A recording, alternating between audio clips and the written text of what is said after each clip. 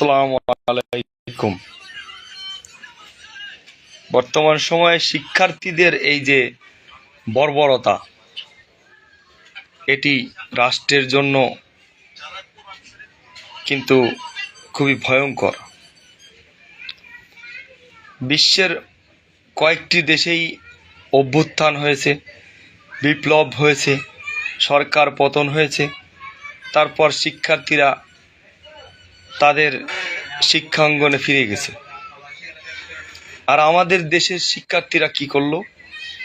জনগণের স্বার্থে, দেশের স্বার্থে তারা সরকার পতন করলো, তারপর ক্ষমতা দখল করলো। ক্ষমতা দখল করে সেখান থেকে লুটপাট করে খেলো, এরপরেও পেট ভরে নাই।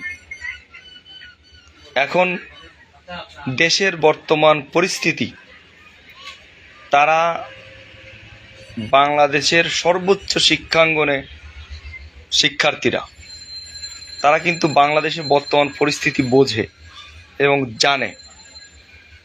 তারপরও এই মুহূর্তে একটা নতুন সরকার আসছে। যাই হোক, এখন তারা যদি দেশপ্রেমিক হতো, এই দেশকে ভালোবাসতো, দেশের স্বার্থে কাজ করত, তাহলে তারা এই সরকারকে সহযোগিতা করত। তা না করে তারা তাদের মন গড়া বক্তব্য দিয়ে যাচ্ছে, যাকে তাকে যা না তাই গালিগালাজ করতেছে, বাজে মন্তব্য করতেছে। তো এরা কি করে বাংলাদেশের সর্বোচ্চ যে বিদ্যাপীঠ ঢাকা বিশ্ববিদ্যালয়ের ছাত্র হয়? এটা কিন্তু আমার প্রশ্ন থেকে গেল।